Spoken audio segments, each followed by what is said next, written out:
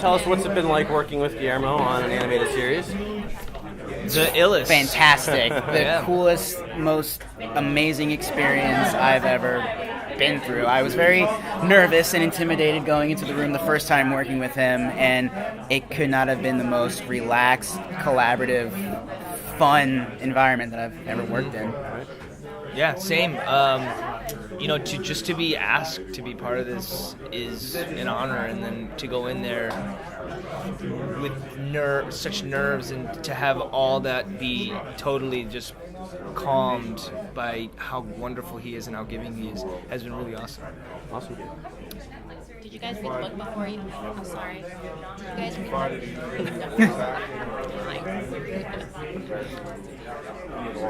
book? Could you repeat that? I'm sorry.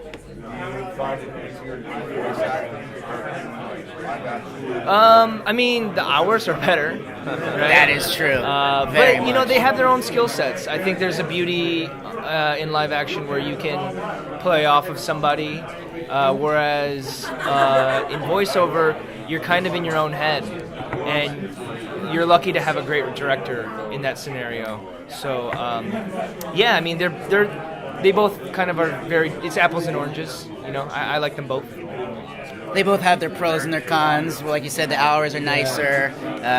Wardrobe's great. I get to work in my basketball shorts, which is I appreciate, and no shoes and socks. Not as hot as Georgia. No. She had... sorry. I just wanted to know if you read the book before you read it. No, I did not.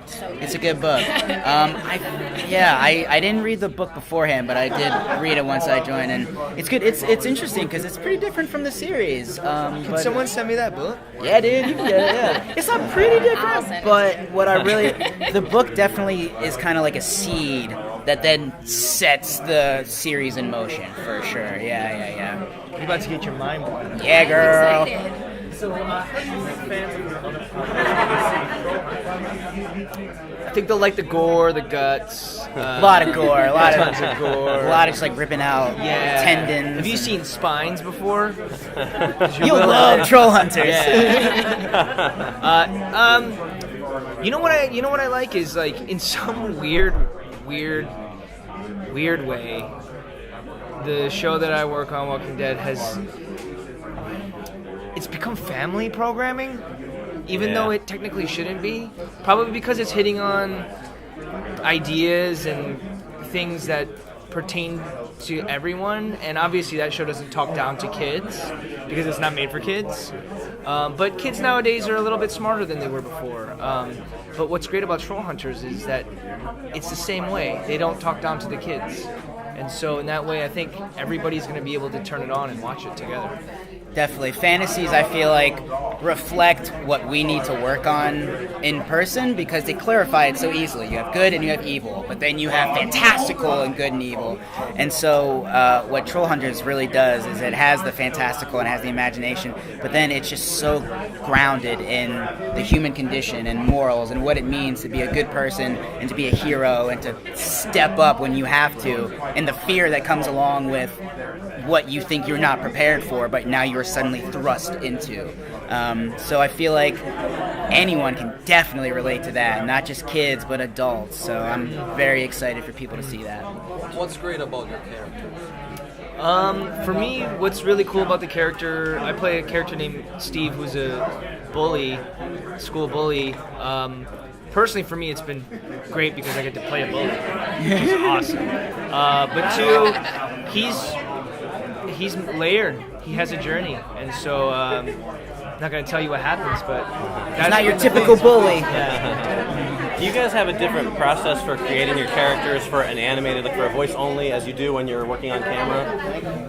No, I definitely do the same process of discovering this person, who they are, how would they react to certain situations. Like he said, there really isn't that much of a difference when it comes down to the craft, if you will, the art of it all, because at the end of the day, you're trying to make the best version of whatever you're trying to make that you can.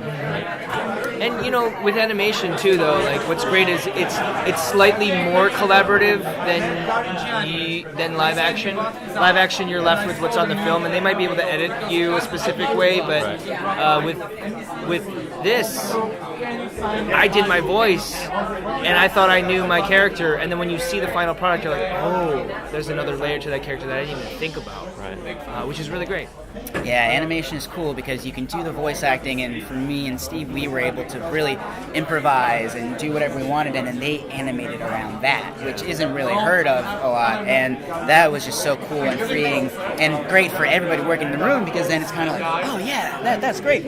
And then something that is such an improvised thing, the beauty of animation is you can go back and keep adding and keep recreating. So this one little improv line that I have had is now an ongoing thing in the show, and it's just a really cool, fun thing, because like you said, live action, you got to set up what you got to shoot where you are, and that's it. I just imagine like an animator like cursing your name. Oh my God. Why do you have to keep saying stuff? Just shut up. Do you guys ever consider doing like motion capture work?